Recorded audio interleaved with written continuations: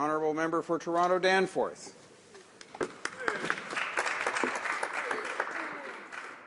Thank you, Mr. Speaker. It is my pleasure to follow the Minister with a reply. I would note that in some serious respect, the odyssey of this bill began in March 2012 with a motion in this House that was unanimously adopted by all the parties. It was sponsored by the former critic for Democratic Reform, the member from Hamilton.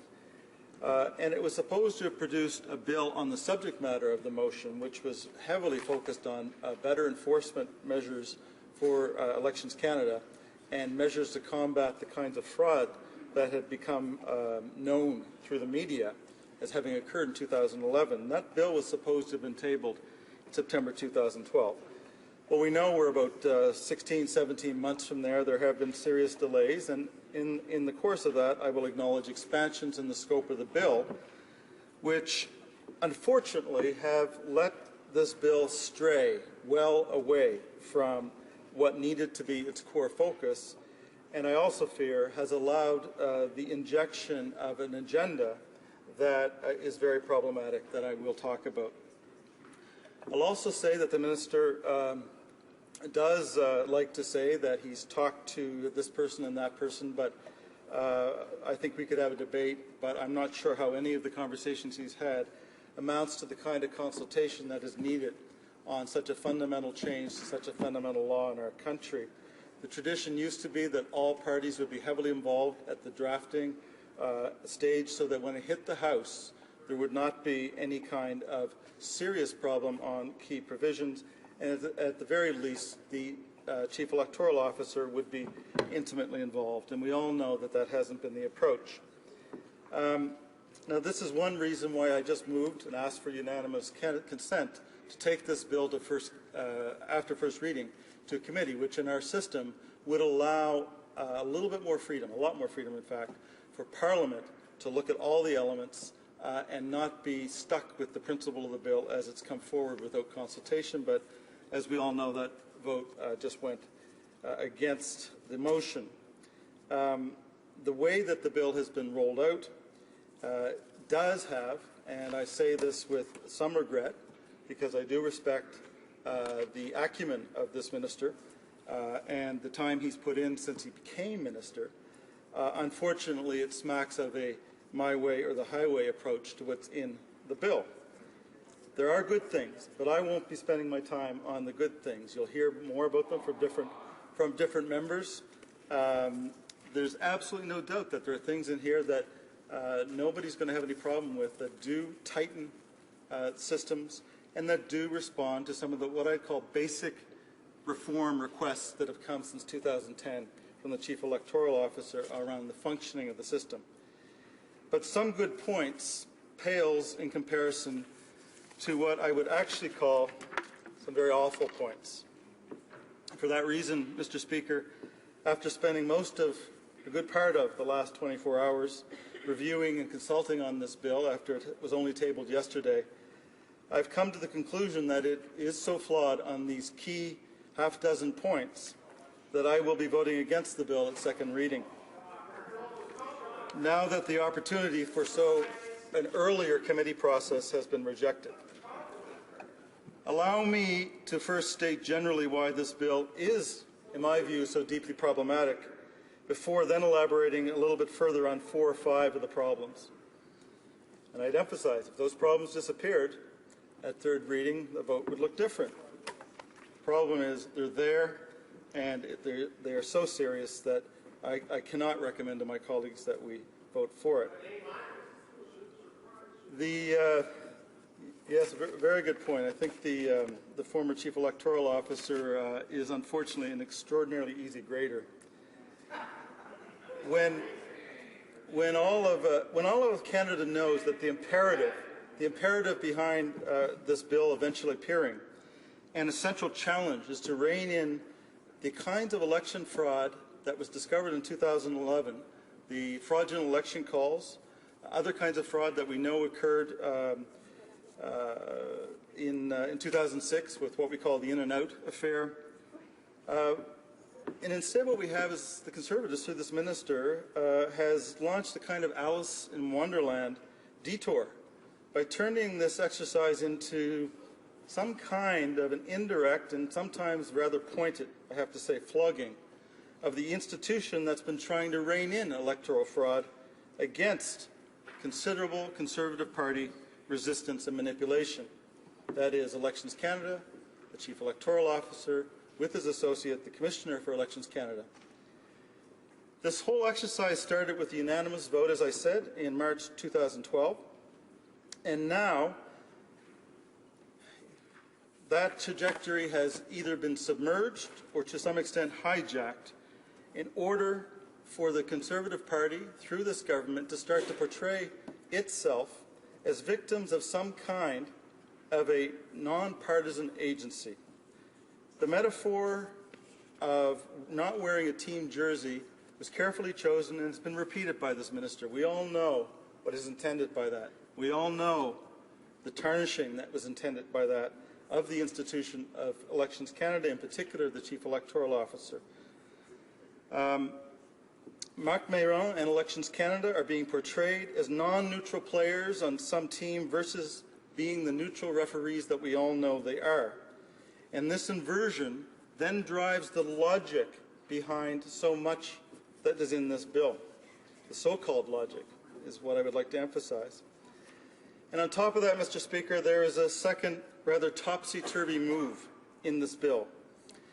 After years of examples of fraud and constant brushes with the law, between the law and the Conservative Party, when I say between the law and the Conservative Party, I mean between Elections Canada as the embodiment of seeking to enforce the law, what we get from this minister and the government is a focus on ordinary Canadians in this act as somehow the main concern when it comes to fraud. The government has removed two means of being identified for voting: the voter's ID card, which can be presented along with another piece of identity, which has been developed on a kind of a rolling pilot project basis by Elections Canada to enfranchise more Canadian voters, and the practice of vouching, for which there were 100,000 Canadians in the last election. And they want to effectively lure, or to some extent, it seems to me, sucker the press and Canadians into thinking this is somehow about fairness and preventing fraud. Mr. Speaker, this has to be called for what it is. It is voter suppression. These are tactics that have been building over the past decade, since around 2006, since changes to the law made it harder and harder to prove you have a right to vote in this country. Colleagues of mine will provide overviews of this trajectory and also real-world impacts, examples of real-world impacts on who will be disproportionately excluded by these changes. Now, voter suppression is the result. I'm being very careful saying it's the result, Mr. Speaker, but I personally will need to be assured that this is not also, frankly, the intention. Indeed, one that is informed by the deliberate strategies patented south of the border by the Republican Party. What is more, Mr. Speaker, a third feature of this upside-down world is how this government engages in a kind of night equals day, war equals peace doublespeak by claiming that it gets big money out of elections with this bill, when there are, frankly, cumulatively a number of measures that keep big money in play and in ways that are most likely to benefit one party most. And I will leave it for everybody's imagination to know which party I'm referring to. Fourthly, Orwell would be smiling now, maybe smiling with a grimace, but he would be smiling now if he were listening to the minister talking about adding enforcement teeth to the Canada Elections Act when the single most important measure that's been requested by both the Commissioner and the Chief Electoral Officer, that is the power to compel testimony in the face of delay and recalcitrant witnesses, was omitted. Let me turn now, Mr. Speaker, if I could ask how much time I have left. Members, about halfway through his time, Thank you. and a little more than 10 minutes remaining. I surprised myself. Thank you. Yes, time. Normally it would be 10 minutes. Let me now turn to a little more detail on these very general points. All the while I'm noting, and I think this is very important, that my colleagues in the days and weeks to come will deepen and elaborate on every one of these points. The caucus is extraordinarily engaged with the problems of this bill, and there's a lot of expertise that will be brought to bear that I do hope the Minister will listen to and that will inform the committee stage. First of all, on my concern and my claim that the result is voter suppression, we have to know and put this in context of an active effort by Elections Canada that in the last election used voter identification cards in a number of different contexts to try to increase enfranchisement of people in our society who, as the Minister rightfully pointed out, tend not to vote in greater numbers than others. Aboriginal voters on reserves, youth on campuses, seniors in residences. The voter identification cards that are now being abolished as a method, along with another piece of ID, were used very successfully in this experiment with an extraordinary amount of positive feedback. I'd like to then move on to the vouching issue. This is something that I know I think the Minister wants to tap into some intuitive problem Canadians might have, that one person can vouch for another. But we live in a society that without certain bonds of trust and a degree of procedural stricture, that this society wouldn't function. What happens with vouching, 100,000 people were vouched for in the last election, is that people who know somebody who are also already confirmed as a legitimate voter at the poll in question may vote for one person. And if that vouching is believed by the election day worker, then that person may indeed vote. So here's an example. Two parents show up with two teenagers who were aged 16, 17 at one point. When the last election came, they sort of been missed by the enumeration, which is a process which almost doesn't exist anymore. They show up at the poll. They don't have the right kinds of ID, and or they may well have them but not have brought them. I'll acknowledge that in this example. One parent can vouch for each, and the two teenagers who've turned age 18 at this point in the story can vote. It happens a lot with seniors, persons with disability, and other groups. Just to take it back, the Minister wants us to understand that somehow or other, vouching and some of the evidence that came out of the Etobicoke Centre case suggests that irregularities are kissing cousins to some kind of massive fraud or serious danger of it. And there is just no evidence. Even the 25% figure of irregularities doesn't come close to proving that the people who weren't sworn in properly or the vouching wasn't done properly didn't have the right to vote. The Supreme Court of Canada emphasized exactly that. And so it's going to be very important at the committee stage for us to hear from expert witnesses, and indeed I'd love to see any reports or other information I don't know about tabled by this Minister about what evidence, real evidence does he have that there's a problem here. And here's an example of why I think there likely is not a problem. Before we went to the newest system requiring more ID than ever before in 2006, there was a controversy in one riding in the country where one party claimed that the fact that 11,000 people had registered to vote on election day, and Trinity Spadina was the riding, somehow meant that something was amiss, and that there had to have been all kinds of problems, and that surely a bunch of those people could not have been valid voters. Elections Canada took that concern seriously. They hired a whole team in order to track every one of the people who had registered on E-Day through a couple of different methods at the time. And they found, by knocking on doors, all but two. And they found no evidence that anyone had voted who wasn't actually entitled to vote. So if that was the case before we got into this system, I'm not exactly sure why we should have any serious concern that the methods being taken away now, the voter identification card with another piece of ID, and vouching, are somehow tied to the risk of fraud, let alone fraud itself. And this is why I do want the Minister to understand that in the result, this is voter suppression. And it needs to be looked at in that light. in terms of who will be affected by this. My colleagues will go into more detail. Big money.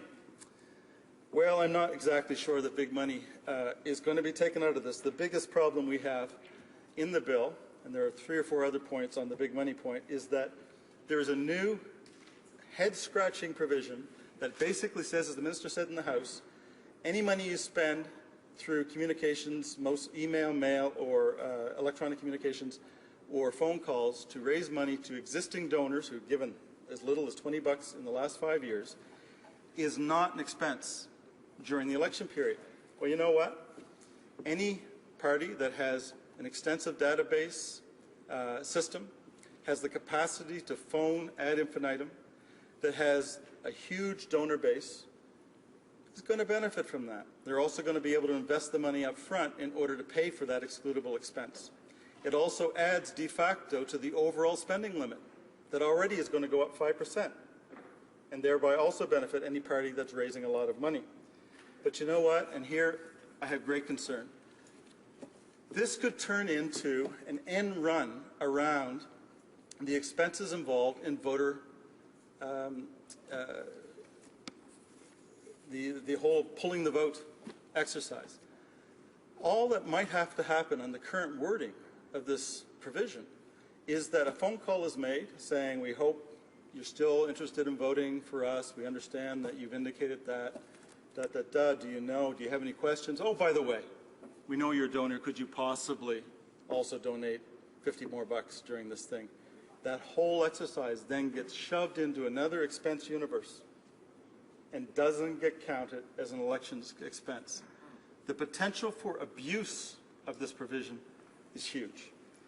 Also, $5,000 donations by candidates are now permitted. How is that getting big money out?